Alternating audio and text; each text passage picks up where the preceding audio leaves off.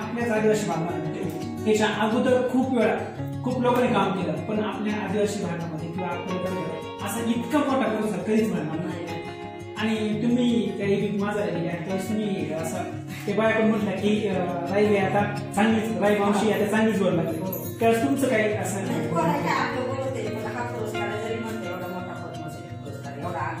मला स्वतःला नाही त्याचा आनंद पुरस्कार कोणाचाही मी खरं सांगू तुम्हाला हा काळ्या मातीचे माझ्या दिल्याचा आणि तुमचा आमच्या सगळ्या महाराष्ट्राचा माझा स्वतःचा पुरस्कार नाही.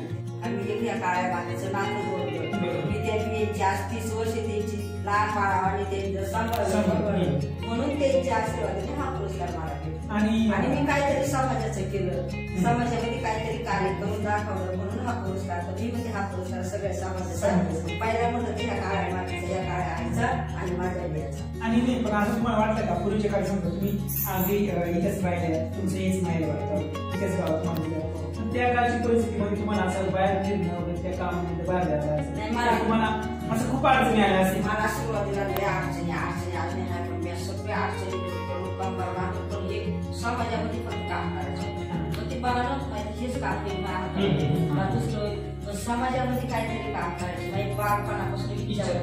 पण मग मला वाटायचं मी शाळा शिकले लग्न झाले आपली माझी कोणासंग जाऊ देते कोणासंग बोलू देते माझं जाऊ काय काम करायचं. पण एवढा एक माझ्या मनाचं काम हे समाजासाठी झालं. समाजापासून हे काम जात आहे हा मला जास्त मोठा आनंद हे आपलं काम तरी समाजाला. तुम्हाला माहिती 100 जगात खूप साऱ्या महिला काम करतात, खूप साऱ्या. आणि त्यात आपल्या अकोल्यासारखं कोमलसारखं दुर्गम गाव म्हणलं तिथं काही नाव पण शक्य नव्हतं, पण जगातल्या 100 महिलांच्या ज्या प्रभावशाली महिला त्या तुमचं नाव आहे. आणि खूप कौतुक अशी बाब आहे की तुमचं नाव आहे.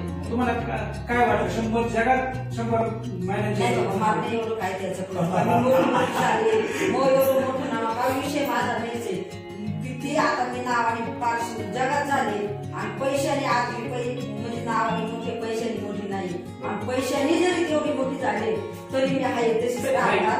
मातीचं नातं मी कधीच नाही सोडणार आणि समाजाचं काम आहे तोपर्यंत मी करतच राहणार. आणि एक लक्षात आलं जेवढे मोठमोठे इंटरव्ह्यू झाले काय बोली भाषेची आवडलं आपल्याला आणि आपल्या जेवढ्याच्या मुलाखती इंटरव्ह्यू झाल्या त्याच्यामध्ये फक्त राई मावशी फक्त वेगळी होती, सगळ्यामध्ये ठळक कुठून दिसतो म्हणजे एक वैशिष्ट्य राई मावशींचं त्यांनी वैशिष्ट्य सांगितलं माती कसं वाटणार म्हणजे तो शब्द किती मोठी झाली तरी मी हाय तशी राहणार. माझं स्वतःचा मोठ्यापणा कधीच नाही राखणार, कोणालाच नाही राखणार. मोठ्यापणा ह्या काळात आणि ते आईच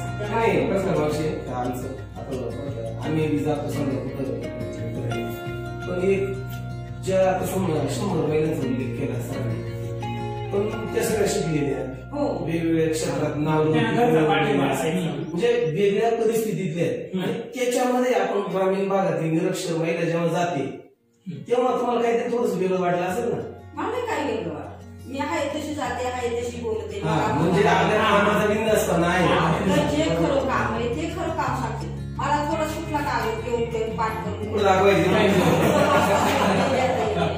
जेवढं मी एक शाळा तरी शिकले पण मी ज्याकडे सांगते मी एक निसर्गाची शाळा शिकले. निसर्गाने ह्या काळ्या मातीचं नातं जोडलं म्हणून हे काम माझं जगासमोर आलं आणि जे आहे तेच मी सांगणार आहे. माझं मला काय सांगते. तुम्हाला वाटलं होतं तुमचं नाव असं एक असं खूप मोठं होईल एक दिवस असं वाटलं होतं काही स्वप्न मनाची एवढं मोठं नाव फक्त मला समाजात काम करायचं होतं. मला हे समजा बियाणं तुम्ही ठेवलं त्याला काही लावून ठेवलेलं आहे का?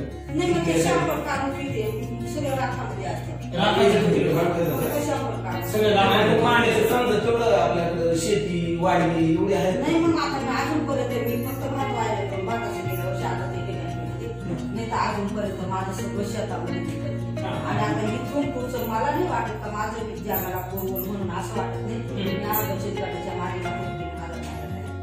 3,000 महिलांबरोबर काम करते.